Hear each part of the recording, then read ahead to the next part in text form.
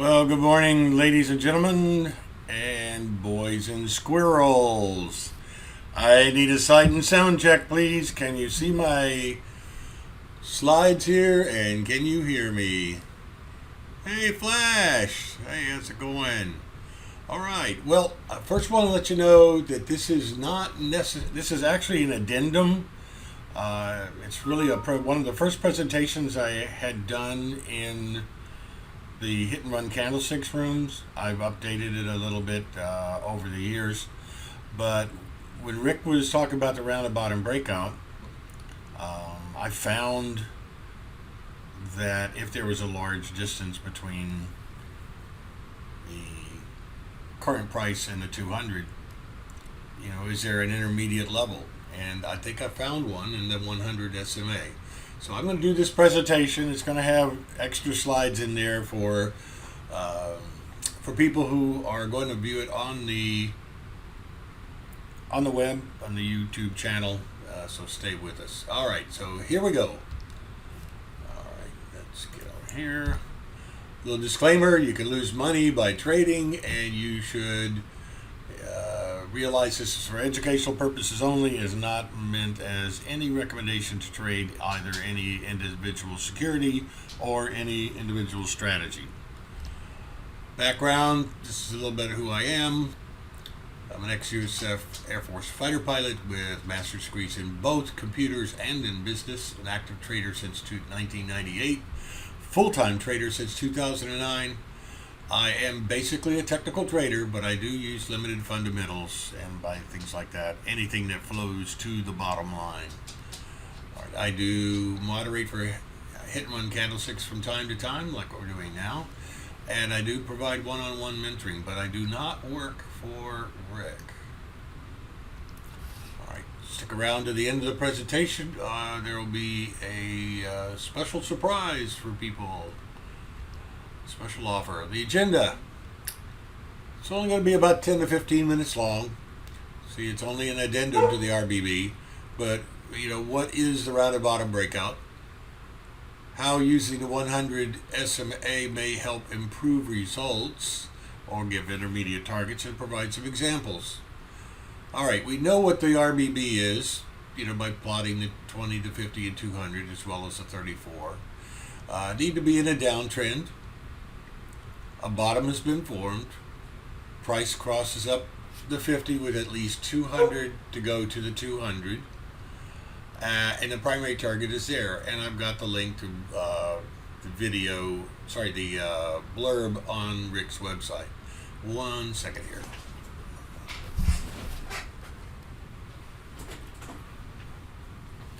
All right. Here is the explanation of the round and bottom breakout from Rick. I am not going to go over everything here.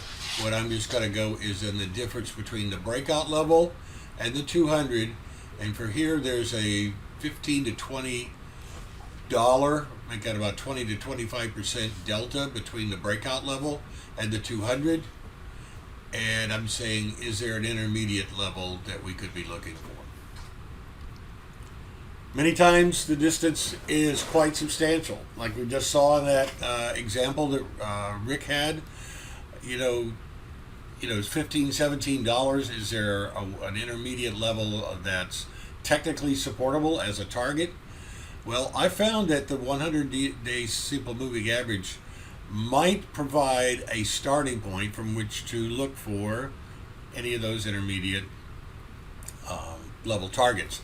Now, when my son was going to school up in New England, I attended some sporting events and whatever there, but I got an opportunity to speak with some hedge fund managers who also had their sons and daughters going to school there, and we got to talking about what they do and how they use it. And the one thing that did come out was that they don't really tend to use the 50 to 200 moving averages or like. They either have some combination factors or whatever. They use fundamentals, and some of them use the 100-day simple moving average. And I went, that is interesting, so I started to look at it. Well, then I'll go plot that 100, then I'll look to the left to see if there's any price congestion or consolidation at or near that level. And remarkably, there are lots that are around that. Now, the 100-day is not a specific point, even though calculated as a point, it is actually an area. Here are some examples. Here's Goodyear Tire. It had had a substantial down move in August of this year, and then had a rally. Not sure what it was about. Don't really care. It got back above the 50, and notice how it ran up to the 100 period moving average. And the 200 is way up here off the chart. Well, the RBB would say that that's your target. Well, not so fast, sunshine. Let's go look and see if there's congestion to the left. Well, first of all, matching pretty much that 100 was the down gap back here in July. And also the upper level targets probably not going to be the 200, because you've got to get through this congestion here. And I would zoom out a little bit, and I'd probably say that I'm unlikely to get much above 15. And in fact, you can see how it's having trouble get through about 14 and a half. I also use the stochastics RSI, and it confirms that this is an intermediate top. Balance of power. Institutions were buying on this dip and pullback. So if you missed the first one, didn't want to get in, you could play the J-hook pullback here and go long, and your first target would be a retest of the swing level here around 1450. All right, so let's go to the next example. Reggie, Renewable Energy Group. Again, had a sell-off July, August. Somewhere around Labor Day or a little bit before, it started to rally a bit. It got up here and got a little bit above the 100. In fact, you notice the high wave doji here, hanging man sort of pattern around the 11th of September. And it was right in here around the 100, but that was also right in the middle of this congestion off to the left. Well, $16. Balance of power said we had a pretty good run, but also the stochastics RSI down here just telling me that's probably an intermediate level. Now, is it going to have trouble getting through here? Now, I also use volume at price that I do not recommend using volume at price on TC 2000. It's just too wide in the bars. Thinkorswim does a better job, but TC 2000 does a better job of presenting the chart. So what I would do is I'd find this on the TC 2000 chart, and I would also refer over to Thinkorswim and look at volume and price. We can look at that in a little bit. Signet Jewelers, SIG, again, dipped down July, August, rally around Labor Day starting with the gap up and then the doji. It moved up above the 50. And where did it move to? Moved to the 100.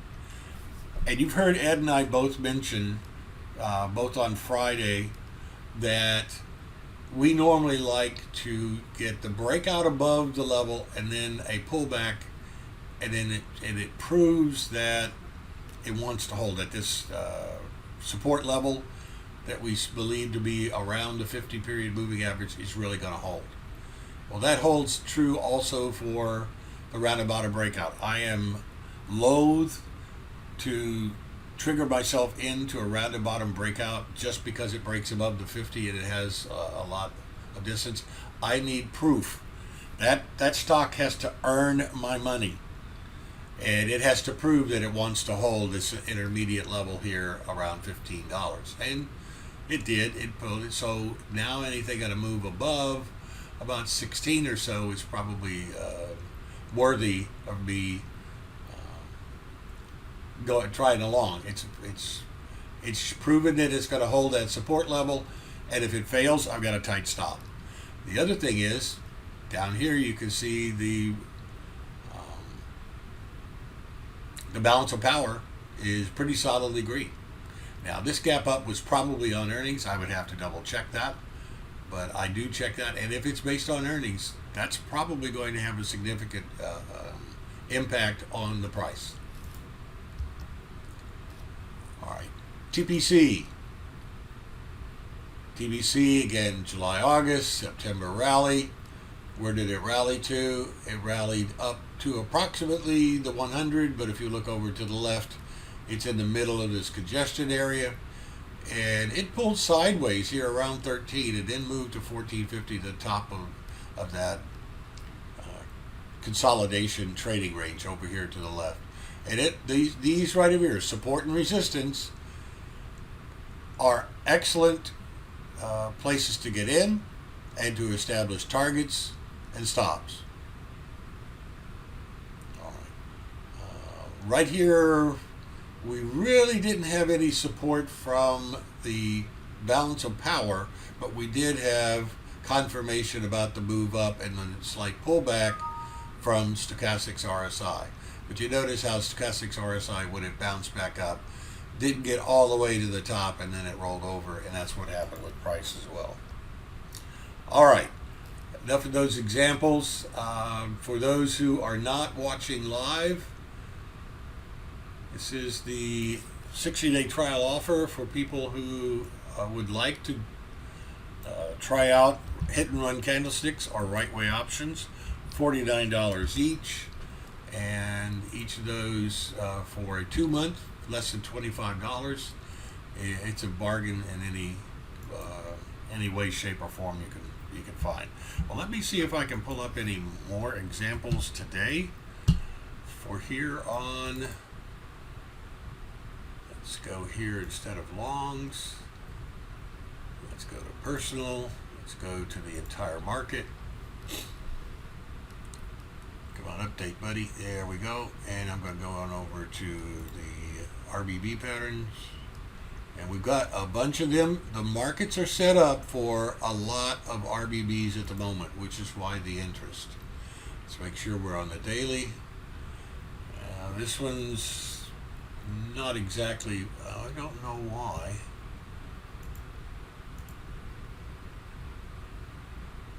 Oh no, that's not, that's an inverted head and shoulders. Sorry, the round and bottom breakout is here. Okay, here's our round and bottom breakout. ATI, notice how it moved above the 50 and is kind of hugging the 50. At some point it wants to go back higher. My 100-day is here in orange dashed lines, and we got up close to it. And somewhere over here to the left is where it got up to. And this is not one that I'd probably be interested in right now. Notice how Party got up to the 100. Goodyear, GME. GME really got up here to the gap down levels, and then the little retest here. So this level right in here would have been my first intermediate target. That's about what it hit.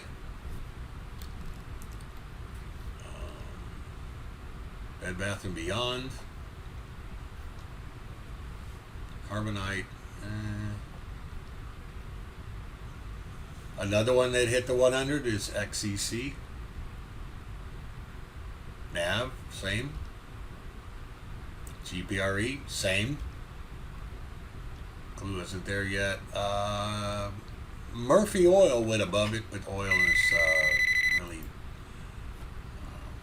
very volatile, so totally expect possible overshoots. Let's look at Foot Locker. Again, got to the 100, but it's the 100 is really the congestion area. It's here to the left. TPR, Triple D.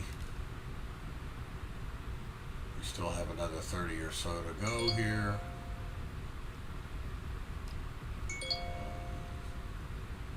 Notice how Cal rose to the 100, which just happens to match the top of these areas over here. It paused, it did not pull back, but then went on. If I had not gotten in, I was waiting for the pullback or the congestion. A good place to go long would be right over about 2060 or so. with the target up here near the 200, which is somewhere near what this is over here to the left. A really, really good pattern. I had trouble when I first learned about the round and bottom breakout as to how to trade it, because I would buy the initial. Thanks, Sean. I would buy the initial breakout and it would pull back, and I would go, "What's wrong with this?" I wasn't being patient enough and waiting for the consolidation or pullback. Cabot Oil and Gas is a good one that's right now. Epic. One of the problems I have with this one, even though it comes up in a round about a breakout scan, or would have back over here, it kind of petered out and flattened out. So I would have discarded that one or discounted it for a while. Let's see. Triple W broke out, ran up almost to the 200 without pulling back. This one would have been one of those that I said, well, I wasn't meant to be in this one. Okay, let me turn the phone off. My wife is scheduling all her appointments for the week. All right, this one did a good run to G3. Nope. ERF pretty much ran all the way to the 200 with the gap. I'm sure that was an earnings play, and there's no way we could have traded that one. Olin, I had it set up for an RBB back over here, but it never really gave a buy signal.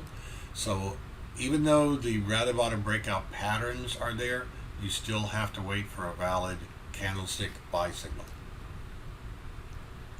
Okay, and then you see some of the stuff I've got in there. Okay. If you want to follow me, Top Gun Trading on StockTwits, I'll post a few out there during the week, but mostly to the YouTube channel on a weekly basis. I'm hosting at least until November. I'm hosting all the Sunday look at the week ahead webinars. I post the recording out there every Sunday night in case you can't attend. So feel free to subscribe. And then I'll open this up to any questions. I know that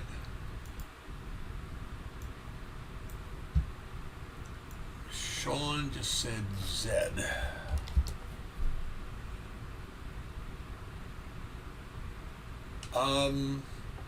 Z has a long ways to go to get to the 50 there, Sean. This is probably setting up for a pinball. Now, pinball is one that I still haven't, I'll say, mastered. I haven't got my hands around that and grip. There might be some pinballs that are out there as well. So right now, I think we're in RBB and pinball heaven.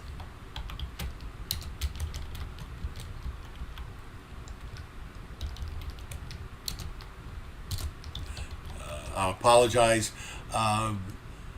Jim, WJC Jim, also on a nightly basis will post a lot of stocks that fit those criteria, and I would rely upon him.